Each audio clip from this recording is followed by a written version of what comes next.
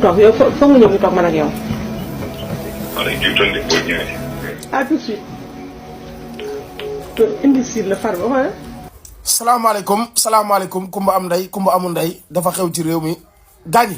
xool leen yu bon yi rek yow kay xalaat danga naan kay ñaari doomeraam rek waaye kay xam nga ne moos doomeraam mooy xam moroomu doomeraamam xam nga ne lii jaadu na nit kuy wax ak yow nga di ko arrêté di ko jël di ko dugal léegi ñun ban réew na nekk en tant que journaliste yow nga waroon a wane bon semé yoon bu baax nga waroon koo xàll waroon na am sutura journaliste kenn waru koo ëpp sutura ak chroniqueur ñoo yem dañoo war a am sutura mais di wax ak Farba Ngom mii am na ay doom am ay njaboot amaana tey ji li muy wax ak yow nii buggutoon mu génn li muy bon nit la te nit wala xadd karam naa nit da nga ko war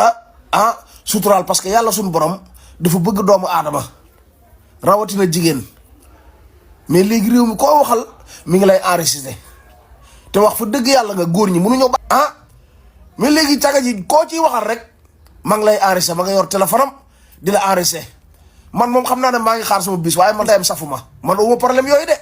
ku fi taxaw génne samay jëlal say engagement boo ma ko joxee sax ma publier ko teg ko lu leer laa la wax denc leen vidéo bu baax ku génne samay ko jarul sax nga di ko publier jox ma ko